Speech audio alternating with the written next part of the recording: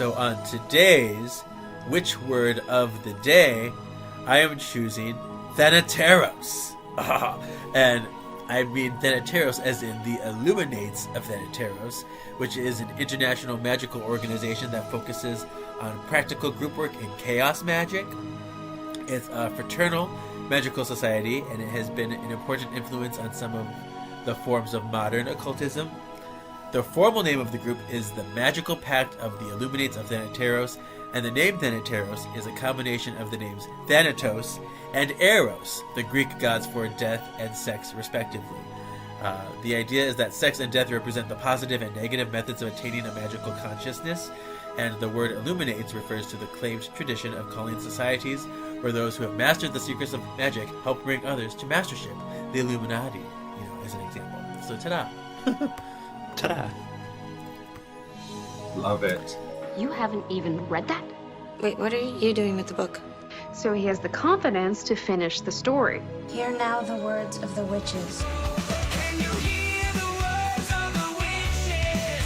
Yeah, the words of the witches. Welcome to Words of the Witches, the Charmed podcast that will guide you through the lesser-known published lore of the Charmed universe. In this night and in this hour, we call upon our fanboy power, bringing education and stupefaction to all of you. Together, we will use our knowledge and reverence abundantly, but also find ourselves sassy and delightful. Which is why we will truly be charmed. Hello, spell worders. This is Words of the Witches, episode 141, and I am Kevin, your resident charmed resource. And I'm Sean, and I'm your resident charmed resource. No, that's... I guess you can be. Yeah, well... I have to compete for that one. And we have a guest with us today. Welcome, Luther. Hello. Hello, how is everyone?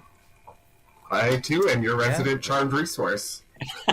No, that's my title. Well, oh, wait a minute. I'm reading the wrong things. Yeah, we're all resources today. We're all on the podcast. We're all talking charm, so why not? I love it. So let me ask you before we get into anything else, how did you discover Charmed? What's your relationship with the show? So for me, Charmed started way back in 1998. Man, from day one. Yeah. I was probably 11 years old, I remember. And it just, wow, it was like the best show. It just opened up my eyes. I just absolutely loved it. Became really hooked and started recording each episode once season 3 started. So, Nice. love it, Yeah, love it, season love 3 it. was a great one. It really was. And so I'm actually going on vacation next week. I'm going on a cruise to Cabo. And we'll be flying out to Los Angeles, so I'm excited to see the Manor once again. So that'll be really exciting. Yeah. Nice. I need to go again because last time I was at the Manor, they had that sign on that little tape on the door that said, I forget what it said, please no visitors or something like that. Please, I don't know, stay back, something like that. Don't come to the door. But they took that sign off now. I'm like, see, now I have to get it so that the tape's off. I need to get the pictures. For sure. So, yeah, it's always great.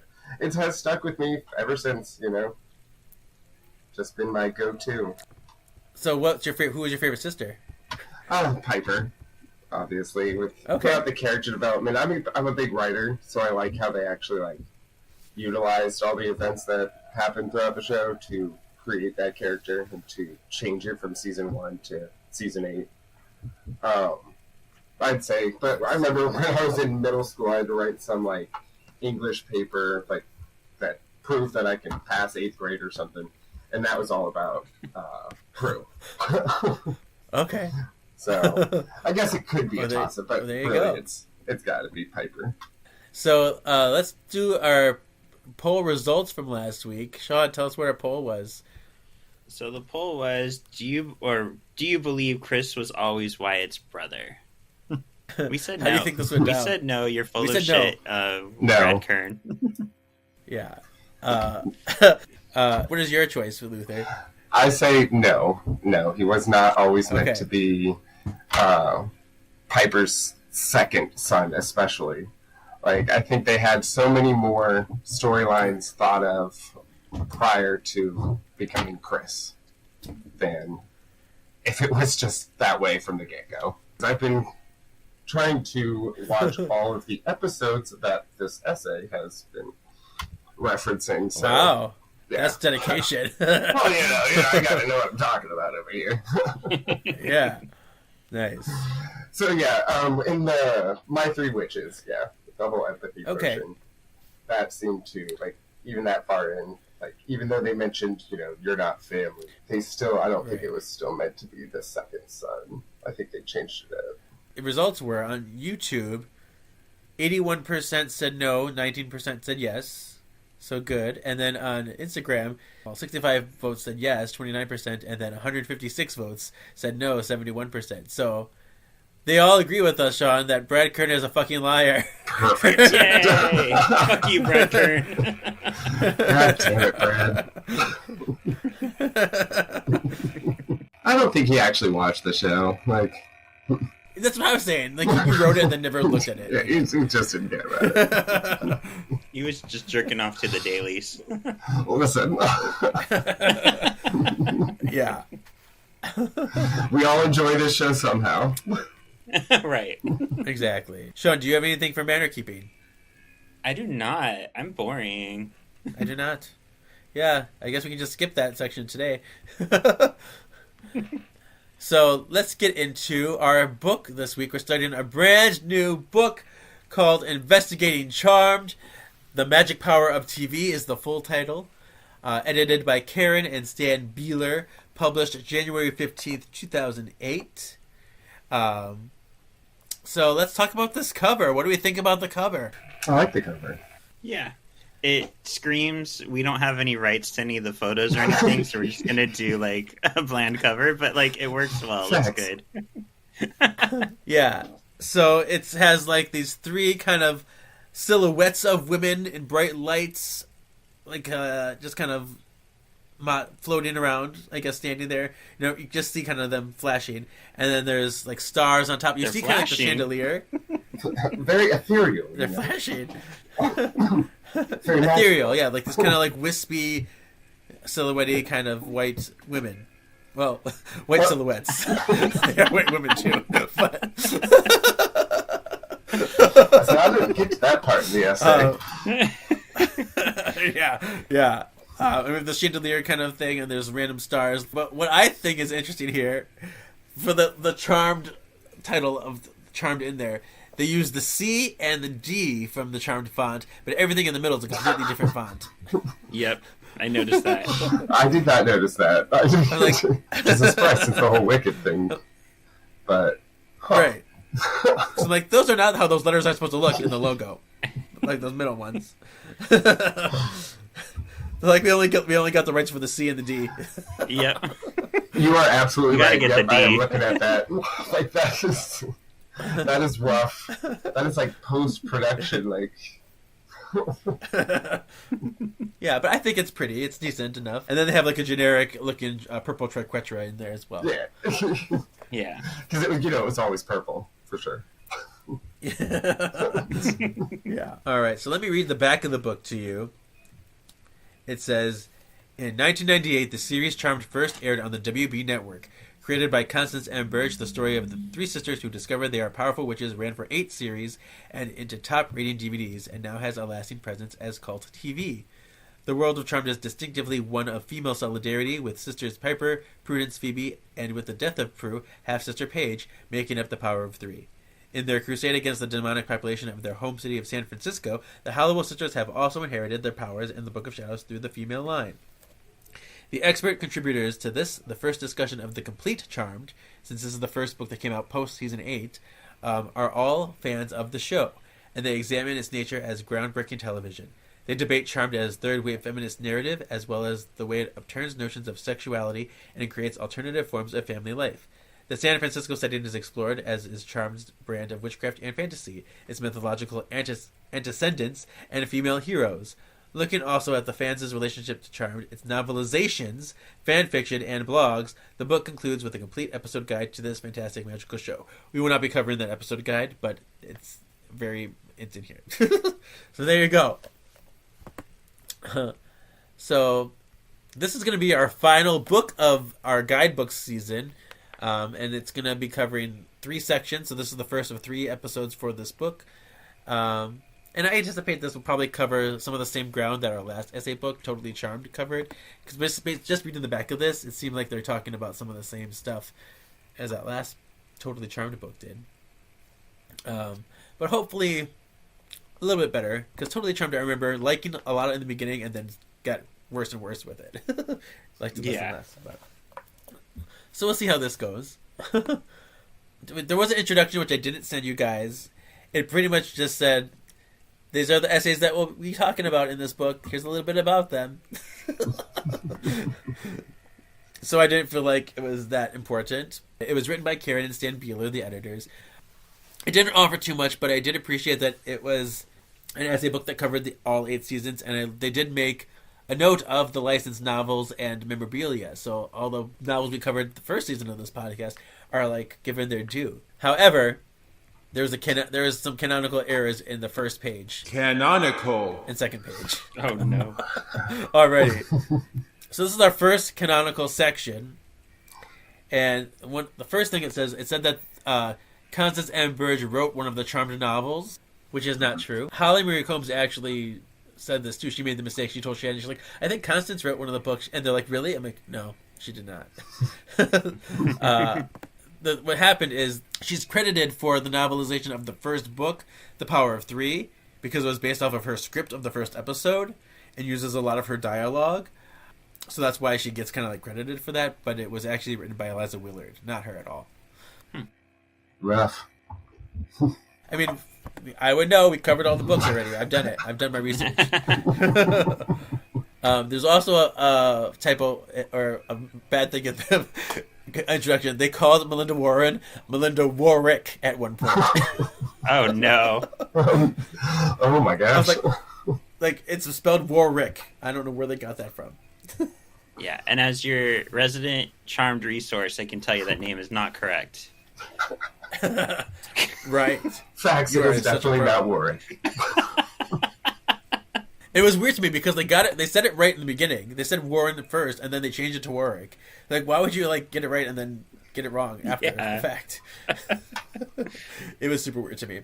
All right, so let's get into the 5 essays in this first section. So, quite a few to cover. But the first essay was called "Something Wicca This Way Comes: Audience Interpretation of a Marginalized Religious Philosophy on Charmed." First of all, you probably got this too. The titles are very like wordy. Yeah. Hey, that's my essay.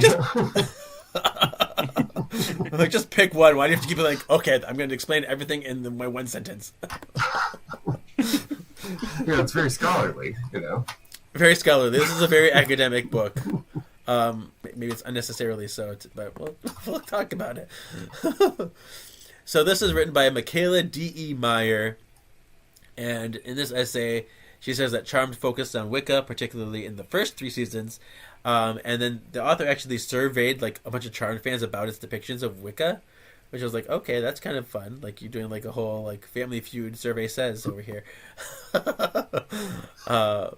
But she went on to, she talked about the Wiccan philosophy on Charmed, and she said there was a theory of levels, which is the structure of the universe, and a theory of polarity, which is the activity in the universe, and that Wiccans see them as inseparable. And that Charmed recognizes that there are different planes of existence, and that each one has rules that they should do their best to follow.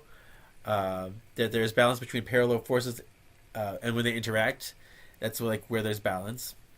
And that belief in reincarnation is also evident. So I guess they're saying that these are the Wiccan beliefs that Charmed adheres to, which is nice. And then she did her surveys, and she says how the audience interpret Wicca was that they liked the reasonably accurate interpretation of Wicca in Charmed, but disliked that the constant ties to Christianity, because there was a lot of that in Charmed as well. Mm-hmm. And that they named demons after good pagan deities, like Hecate. We talked about her a lot. Like, she's good. Why is she a demon? Yep. The queen demon. And pretty much, right. It's funny because in this essay, audiences noted the exact same things that we did, Sean, from the past book, that Charmed made witches relatable and palatable, and then if they made it too accurate, no one would watch it. So it's like stuff we've already come up with. It's being talked about here. There's a critical implications of Wicca section, and that's when, because of charm, the general audiences were compelled to educate themselves on Wicca. I mean, and that's true in my case. That's why I started reading it, because I'm like, oh, I'm interested because the show made me interested, which is kind of cool. One witch watcher, I like that. She didn't like that the witchcraft was a dark secret. She's like, why do they have to keep it hidden? She was arguing that they need to show the world to help combat real world prejudices, which I guess they can see an argument for that, but I don't know if it's like, I don't know, needed to get like up in a bunch for it either. I know. I always kind of just related the, in the witch closet to LGBTQ. So they weren't really just right. They couldn't just out themselves to everyone. That's too much too essential to the plot. Everyone's journey is different, so some people might be great to come out, but some people don't. So it's just her experience as a witch isn't everybody's experience. So did they mention that Felicity is a magic show? They did. That was weird to me. I don't know where they got that. I wrote what? I think when I circled that, I was like, okay. I like Googled Felicity and witchcraft. Like, didn't she like go through time in the end or something? I couldn't. In Felicity? Yeah, I remember somebody telling me it had this really weird ending out of nowhere where like it was like time travel or there's some sort of magic. Like it didn't fit with the show at all, and then suddenly the finale was like cray. Whoa! Yeah. That is funny because I never watched the show. I just always saw the trailers. I mean, I'm Carrie Russell. It's just like this girl in the town. I didn't. Suddenly it's a supernatural show. Surprise! Yeah. Right up there with Sabrina. There she is. Yep. Felicity. I'm cutting off my curly locks for this. All right, so that's all I got for that one. Sean, are you ready to talk about our next essay? Yeah, so this is kind of a short title. Reclaiming Women's Language for Power and Agency, The Charmed Ones as Magical Redders by Susan Latta. Latta. She's like a latte, but she's a latte. So this basically talked about how Charmed took the myth of like the evil, ugly witch and turned it on its head. It took women and put them in like, these are today's women that happen to be witches. So we got to see a whole new, different type of story. The sisters were written to not have a pact with the demons, but be against demons, which was also very new for witchcraft in our media. The writer notes that the show purposefully like intertwined Christianity with the show in the first episode, with Piper being afraid that she couldn't go in the church. So that way, if you're not Wicca, you have something else to identify with. So, it brings in a larger audience. And I don't know, like every single essay brought this up, but All Hallows Eve episode talks about how it broke down the imagery of witches and where they came from.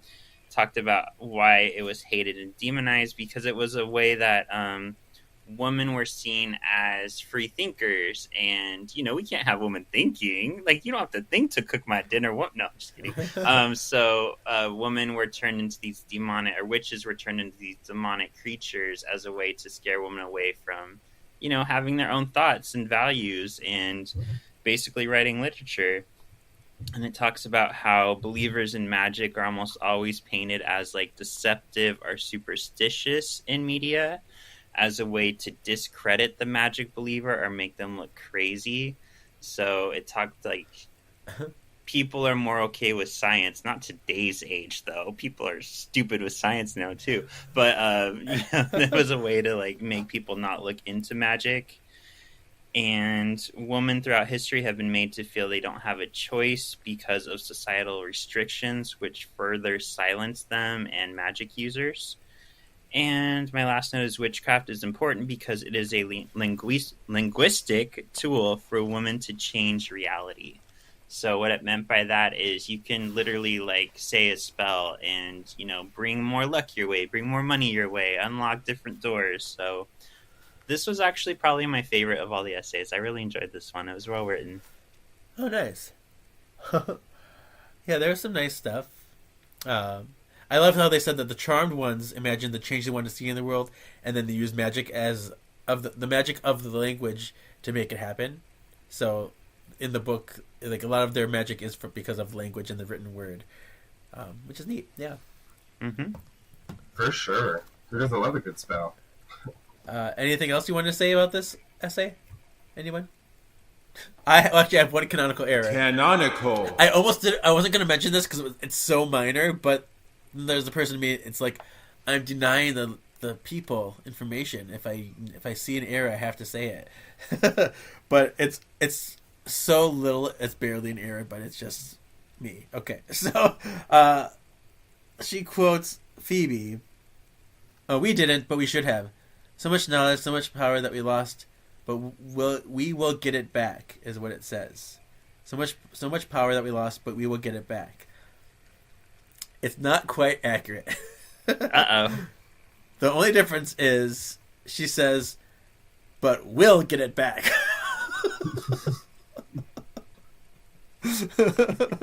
There's a contraction in the episode. I wasn't going to mention it, but I had to. There you go. Okay, It's important. It's important.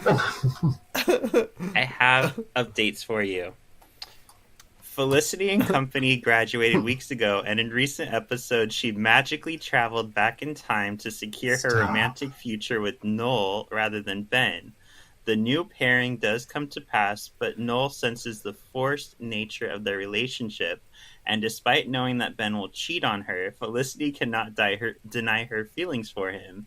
So the last episode, which one is the man for her? The question the series has posed time and again is finally answered as Felicity finally chooses Ben in her alternate future, making her wake up from a fevered sleep in the present on the day of Noel's wedding, only to tell present Ben that he is the one she wants to be with. And the story comes full circle as the friends celebrate at Noel's reception. So she magically travels through time. Oh my. That's one way to end the show. Alright. Go out with a bang. So how did she get the magic? Did she like run into a portal? Did she have a witch friend that just cast a spell on her? It was a I've crossover. never actually watched it. It is so crazy. I hope Felicity fans got what they wanted out of that show.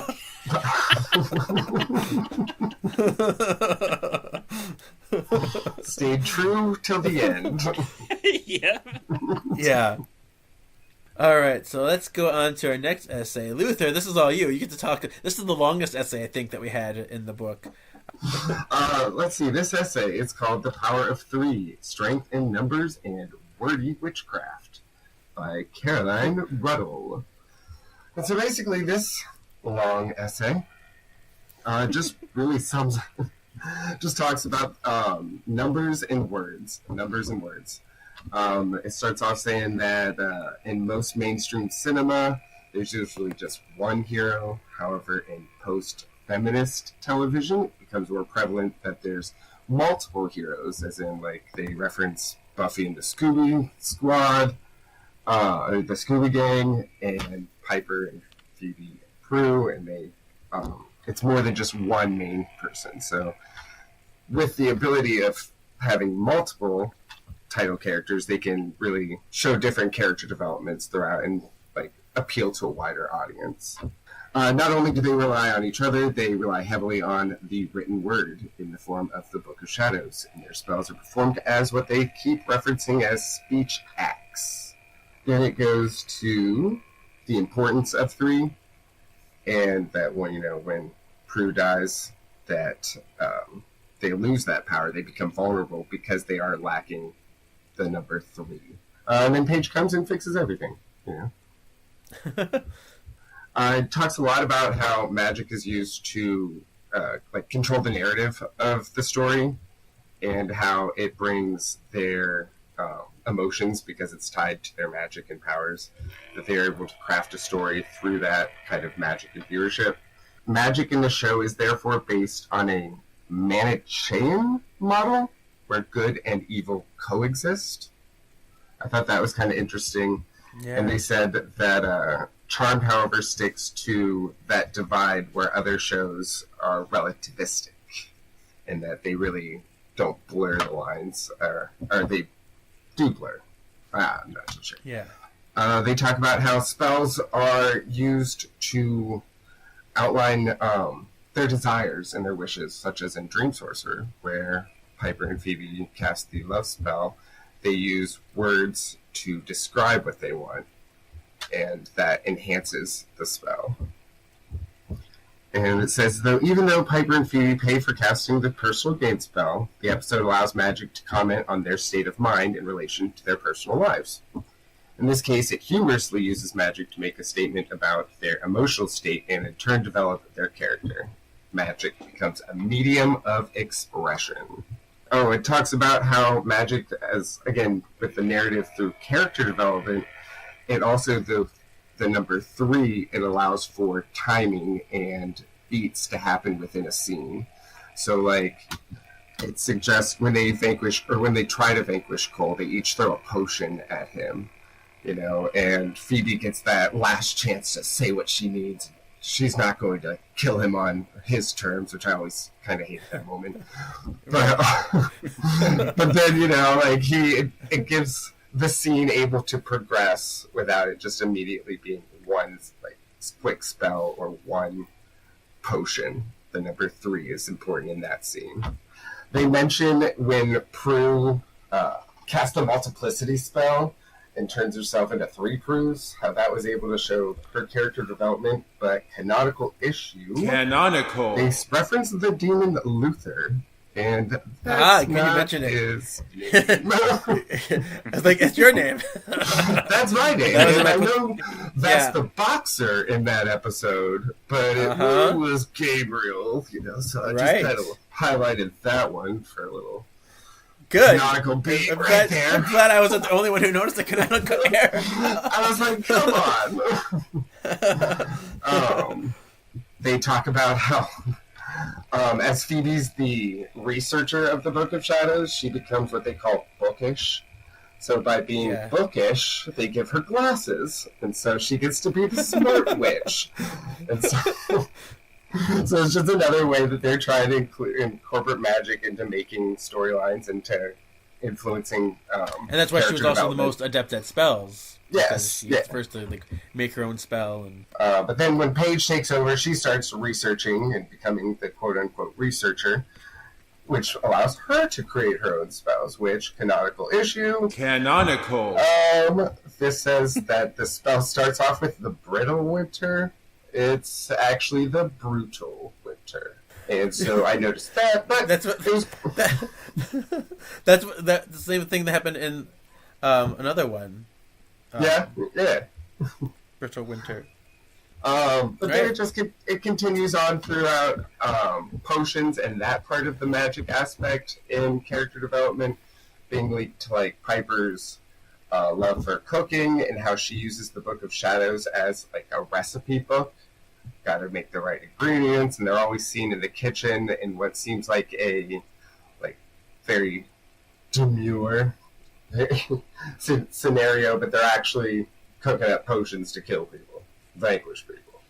And they need to recall each spell, which they have a Gardnerian influence. Explains, which is something I thought was really interesting, in saying how it is important to remember the spells, and that spells need to be easy to be remembered, which is something I loved throughout Charmed, is that I loved all the spells, and they were very poetic and jingly and, easy to remember. Spells didn't have to rhyme. They actually don't have to rhyme, but it's because rhythm and alliteration are merely an aid to memory, so that's why they often rhyme, or they have similar, so they can help you to get that memorization, and you can focus more on the magic, because if any kind of slip of the memorization, of just having to read, takes your focus off of the magic, even just a little bit, which I like. Yep, totally. It also talks about how magic and will are connected, with these spells, it's their will that is being manifested. However, it's not always necessarily important. Whereas they reference in Animal Pragmatism, where Phoebe's voice is just recorded as she's correcting the spell, and then they use it later, and it actually works when Phoebe wasn't even entirely being, like, had no will of intent for that purpose. She was just correcting it. Yeah. Any thoughts about this essay? Long? It was long. I appreciate you bearing with me as I got through all my colorful notes. I liked it. Like I said earlier, I like to write and I like TV a lot. I thought she did kind of like circle around the same topics a little bit over and over. I felt like when I was going through it the second time, there was a lot of like, this has already been said. This has already been said. This has already been said. It's like it can like cut to the chase. Like she just likes to hear herself talk. I want to use big words. Like okay, I was over it. yeah. I think it was maybe one of the first episodes or first essays. In the book, the wording was just it really shook me a little bit. I was like, man, I haven't been to school in a few years, but these words are a little much. Just what are your thoughts, Sean? Yeah, this one, it was good, but yeah, it was definitely wordy, which I find it funny that wordy was in the title. But I like that she does point out but Buffy has like superpowers basically, but she's surrounded by regular people, whereas this is like all three sisters have powers, so it was more like divisible between the sisters. There's not one that's like overpowering the other, so that does make the show stand out. So I like that point. Me too. Yeah, and some stuff spoke, stuff that's self-explanatory if you watch the show. Like, yes, their power comes from their emotions. Yes, that's true. Yes, what? Magic is a medium for their expression. Yeah, it's like some of the stuff I didn't need, as much explanation on. Like we got that. Yeah. But yeah, it was nice. Oh, I have another, just a minor, semi-canonical thing. It bothered me because in the beginning of the essay, she didn't know the name of the Triquetra. She's like, the symbol on the Book of Shadows. And then at the end of the essay, she just threw it in the Triquetra. I know the word, you guys. I do know the word. So I think it's funny. She probably didn't know it, the word when she started writing, and then just kind of like, oh wait, I learned it now. Just forgot about that first part. Yeah. Right. All right. So the next essay is called "We Are Witches, Dear. We Can Do Anything. Dynamics of Ritual, Familial Tradition, and Female Identity in Charmed" by Sabine Schmidt. So this one pretty much talked about ritual and how it can often be a means of social control or a political tool, like in most of religion or government or something. There's like these like rituals that they like you get indoctrinated into, but there's also like the witchcraft rituals that are nicer, that you have like more personalization and more of the individual involved, which is nice. And the first scene with Serena is masterfully broken down about how it shows us the setup for a standard Wiccan ritual. It successfully showcases the material plane, the kinetic plane, and the verbal plane. The material plane is pretty much, your tools, your, what's the word I'm thinking of? When you put your stuff on table, or altar. There's a word Altar, for that. yes. Altar, thank you. What's it called? Altar. So yeah, you have your altar, you have your tools, that's your material plane. And then there's the kinetic plane, which is the movements and the gestures that go with your "hear my circle around," and then the verbal plane, which is the words of the spell, what you're saying. 1, 2, 3. And, yeah, and Serena, I love that this essay really highlights Serena and showcases how great she is at her being a witch. All the good things she was doing, and she had confidence and grace, even though she got killed. She was a really, well established witch, I guess. So doing the witchy things. And she kind of criticizes because like the charmed ones mostly operated on luck, especially in the beginning, with only like an appreciation for witchcraft, the traditional witchcraft. But they were just kind of like, I'm just making it up as I go. Whereas because Serena was like this established person with all the practices down and all of her knowledge, and the charmed ones didn't really have that knowledge in the beginning. And she says, "All Hallows Eve." There you go. Put that, tick that box on your bingo card. So All Hallows Eve marked a turning point in the show where the sisters learn that they need more than their innate powers to fight evil, that they need knowledge too. They can't just, rely on the physical, like, oh, I'm gifted. So that was cool. This was interesting. In the first episode, they had to repeat the power of 3 will set us free 13 times, whereas in Witch Trial it was only said thrice, and only through the verbal plane. Because even like when they're vanquishing Jeremy, we say vanquish. When they're vanquishing Jeremy over the phone, they only had the verbal plane. They're only speaking it, and they're like, okay. She's like, that's cool because it shows how they're growing mastery over the craft. But she also like threw shit at them, like they're kind of arrogant. Like that showcases how arrogant they were. So I'm like, all right, brutal. Right. And then she described a rite of passage. So a rite of passage is a separation from normalcy, and then there's a period of transition, and then you enter a new normality. So that's kind of like what a rite of passage means. It makes sense. And by the end of Witch Trial, they established that all 3 planes. Okay, so like when they go into the sacred spot and they're all around the rock and they're saying the power of 3 will set us free, and they chant and they get the Book of Shadows back. She is saying there that they conjured all 3 planes and went back to their roots. Oh. And it was a really nice lesson of their knowledge. She said, but repeated wishes by all the sisters to return to a formal normalcy after that insinuates that they failed their rite of passage after all. Because here there's like, oh, you get back to your roots, you're learning your magic, you're learning your knowledge, you're finding a great place, and then you backtrack. So it's like, oh, did you actually learn your lesson? I don't know. In season 7, they use, this is like the mantra of the essay, which was super interesting to me. So in season 7, they use ritual to escape ritual. This is when they try to team up with the avatars to create the utopia. So like, oh, we're gonna use magic to get rid of all magic, and get rid of the need for magic, I guess, and have that perfect world.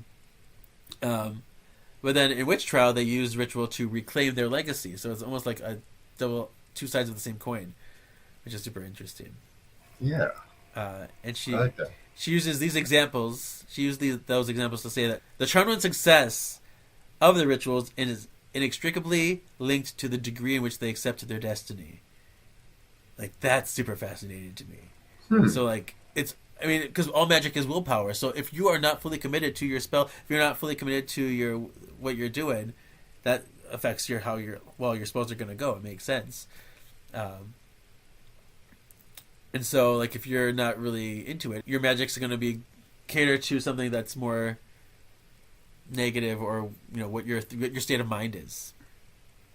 Well, could that be connected to why it took them 13 times to vanquish Jeremy at the first episode? Like, they had to say the spell 13 times? Yeah, they very new. They have to, because they're all coming to terms with it. And so I think Piper was scared. Even Prue was like, they're all not fully accepting the witch. They all had to come together, all 3 of them, and fully commit to those words and fully commit to their witchcraft. And that's probably why it took so long. You're right. I like it. Yeah. And she even gave an example, like, this is why the power of 3 spell in Magic Hour didn't work, because Piper was not believing in the fairies, and she was not interested in that. She was just lost her husband, or her soon-to-be husband. So I thought this one was a super fascinating essay.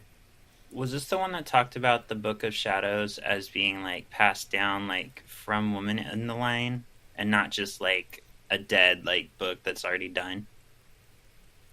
I think that was in your essay. I think it was essay 2. Okay. I really like that idea, that, like, yeah, the Charmed ones weren't just given a book of tools to use. It's actually, like, been created and is being created by their ancestors and by them, right. And it continues to evolve. I had one canonical error in this essay. Canonical. Do tell. The Dominus Trinus is incorrectly referred to as the Dominus Trinum. Oh, yeah. Yep. That is not accurate. Now we have our final essay. The Power of 3 as Communitas. Moment of Subversion on Charmed by Valerie Carroll. So this talks about how although Charmed often portrays the sisters as working within or for the patriarch, it also shows them subverting it. It shows the sisters can take on stereotypical woman roles while still being more than those roles. In the first season, the show uses care ethics, witchcraft, and female-headed family structures to subvert the norm. Each of the sisters pine for a normal life, though, one where they have to either give up or hide their magic, thus changing themselves for a man, Ariel. Piper is the perfect example of a woman wanting to subjugate her own power to attain a normal life. Prue is intentionally represented as a strong woman working high up in the system, more so like has more so of that like stereotypical job. She makes good money, so she's the most in line with what a man does, whereas Phoebe is a free spirit. Huh? Yeah, she's a man, baby. She's a man, baby. She's a man, baby, a man. Whereas Phoebe is a free spirit that has been shunned by the system. She can most easily embrace magic. In Communitas, what it means, it's a defensive community made up of the marginalized. So, what was her name? Valerie said that it's important to know that it's a defensive community. That's why it's Communitas, because as marginalized witches, they are defending their family and their right to be witches. She also mentions the sisters pass power through the female line, not the male, as a way to subjugate the typical male. The sisters form a communitas against the elders and demons. Elders are not seen as a voice of reason, but yet another obstacle to overcome. Accurate. And I like this. Witchcraft is an alternative tool used by the sisters and by those of us in real life to help better understand one's own world without adhering to the dictated reality of the main governing body. So those are my words, but basically it's our way of understanding the world from a different perspective, not just through the eyes of, the most popular religion or through something that somebody's dictating to us. It was said earlier in my other essay that the cool thing about most witchcraft is you can pair it with religion. You don't have to do it with religion. Like, you can kind of do it how you want, and it helps open up your world by having a different worldview. So that was cool. I did find one thing that made me furious, Kevin. This is a canonical to me. Canonical. You can disagree if you want. Okay. I might have it. We'll see. Okay. Valerie points out that Victor abandoned his children. And that made me so mad. It pissed me off. Because I have that, like, my final thoughts. There's one part of the final essay where she shit on Victor by only bringing up his first season appearance, which irked me because, like, that's not the entirety of his character. Yeah, she points out that he's always trying to take their power away as a way of, like, managing them almost as women, like, put them in their place. And I'm like, that's not Victor at all, and he did not fucking abandon them. She's only using first season Victor as an example, because that Victor, yes. Maybe. And we all love first season Victor, Right, yeah. But even at the end of that episode, as sneaky as he was, he did come around at the end, so, Yeah. Yeah, he wasn't always trying to, like, get rid of their powers. Yeah. True. So, I'm glad you recognized that, too. I was bothered by that. Can I tell you a secret? What? Yes. I fucking hate this essay so much. I hated it so much. I think her way of describing feminism is so tired and like, shut the fuck up, Valerie Carroll. This made me think of friends in my own life. Like, my friend Victoria, like, she has been the quote-unquote stereotypical man in the relationship where she had the better job, she was paying for the house, she was doing all that stuff, her man was an asshole, she eventually left him, and now she's, like, taken on more of a working part-time and, like, doing more of the house stuff. Like, that's her power, that's who she wants to be at this time. Yeah. That doesn't mean she's not strong, that doesn't mean she's bowing to a patriarch. That's just what she enjoys at this point in time. So I didn't like how Valerie... I know, I'm very pissed at this. I didn't like how Valerie is basically like, oh, if a woman does that, then they're not strong. But then she pointed out, like, oh, but if a woman wants to, like, have a drive and do stuff, oh, now they're trying to be a man. I'm like, Valerie, just let women be women. Like, shut the fuck up. Yeah.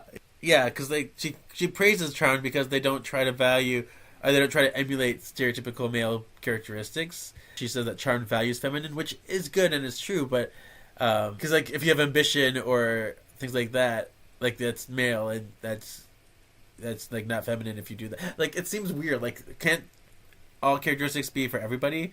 When did Valerie write this? Yeah, maybe this just didn't age very well. yeah. Maybe because this would have been 2008. It was January Yes. 2008. So yeah. So, yeah, I feel like we were still struggling through some of what we value now for womanhood and letting women kind of being who they are. We were still kind of going through it at that point. Oh yeah, I And totally she says agree. something about like how the Charmed ones internalized the norm of wanting a heterosexual romance. Like that's something that they were just raised to have, and she did Piper as an example, but like they all had at one point felt that way. But then they, I like how she says Phoebe was the resistant because she had the vision, like she was both mainstream and an outsider, so she could see the subversion and encourage her sisters to resist it. That's a nice moment. I like that. So there's some nice moments, but it is kind of, yeah. Well, she has something about Leo here. I had a note about Leo because Leo happens to be a member of the Sisters Communitas. He's in their group, but is also an agent of disciplinary power, the elders, and struggles with his emotional ethic of care and his dutiful ethic of justice. So for Leo to truly become a member of the group, he would have to relinquish his alliance to the outside power, which he did do. It was just a very long process of going back and forth and figuring out his struggle and then falling from grace finally and stuff like that. But she says that Leo inevitably values the feminine and his emotional ties, not just to Piper, but to the Charmed Ones as a unit, and so that makes him a welcome addition to the group, which I can see that being nice too. Yeah. So, I don't know. I think Leo's a good template for men don't have to be like the breadwinner. Men can like change too. Like he went from being a powerhouse to like being just a regular human, staying home with the kids, and that's okay. And he's embracing the feminine, but does that make him not a man? It doesn't make him not a I don't know. It's I like that they say that the sisters were like they could see the truth. Like they talk about how the police and everybody they have a tunnel vision. They can't see that the magical influence of these murders, whereas the sisters have kind of an added extra knowledge set, which makes them more powerful. That was nice. I think just to add real quick, I know there's still not equality with men and women. I just thought the way she wrote about it was boring. Like we're past what she was describing. So I don't want anybody to come and say like, Sean, it's not perfect. It's not. We still need equality, but I don't think shaming people for the role they choose in their household is the way to do it. Correct. All right. Any final thoughts about anything that we covered today? To me, it was a fun read. I'd be interested to see like how this book, or to find out like how this book got pitched. Like whose idea was just like, listen. It was Kevin. I've got a bunch of friends in college, and we love Charmed.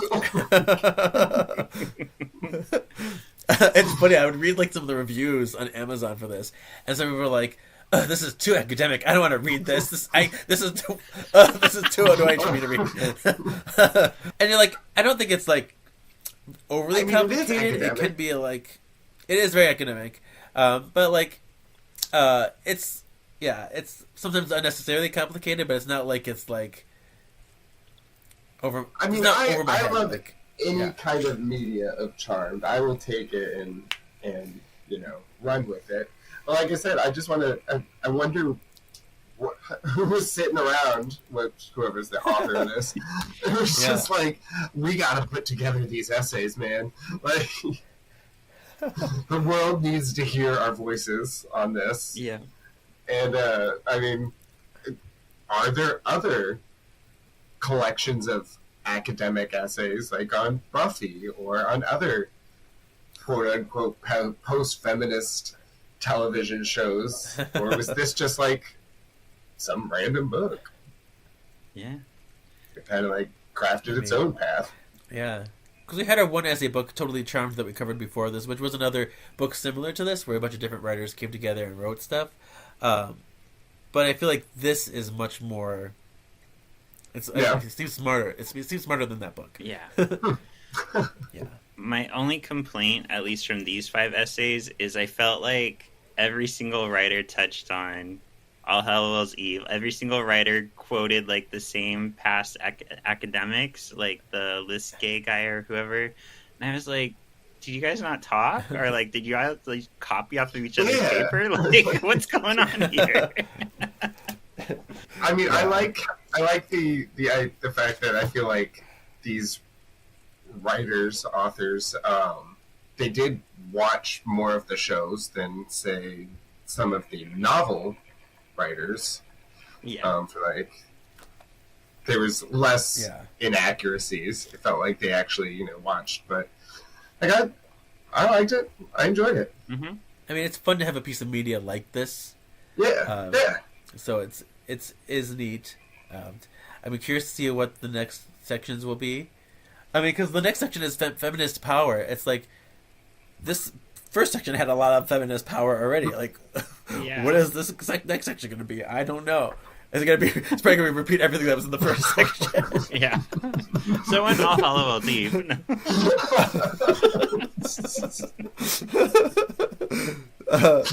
But yeah, I thought it was fun. I thought they were nice essays. They had a mix of some very interesting arguments and not so necessary points, but it's fun. It brought me back to my college years. I haven't read academic essays in quite some while, and let alone highlighting different colors. So that was fun. I liked it. Yeah, Luther sent me a picture of him like taking notes, and he's like, he was like writing like Felicity ? What? And like highlighting certain things. It was pretty amazing how detailed you went with it. That's my ADHD OCD. Gotta love it. Superpower. All right. So in the context of this book, what would be your tip for future white lighters? The moral we could have learned from anything that we read today? Oh, we're really just messengers? Guides? Think of us as guardian angels for good witches.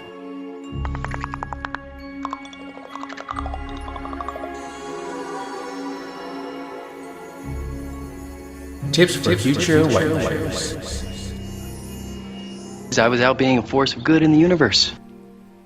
Up to mine. It says, if you're writing something just to see how many big words you can use and aren't adding anything besides stating the obvious, maybe another draft is in order. See, I think you stole mine. Like, you got some good stuff. Just rework it a little bit. Maybe just look it over and see if you can cut some stuff out. Well, they just had to hit a certain word count, Yeah. I would say don't shame someone if they want to be a housewife. There you go. See? And I just felt that mine was very, how to write a TV show. This is how magic can write your own TV show. Make sure there's lots of people and lots of words. And you will have perfection.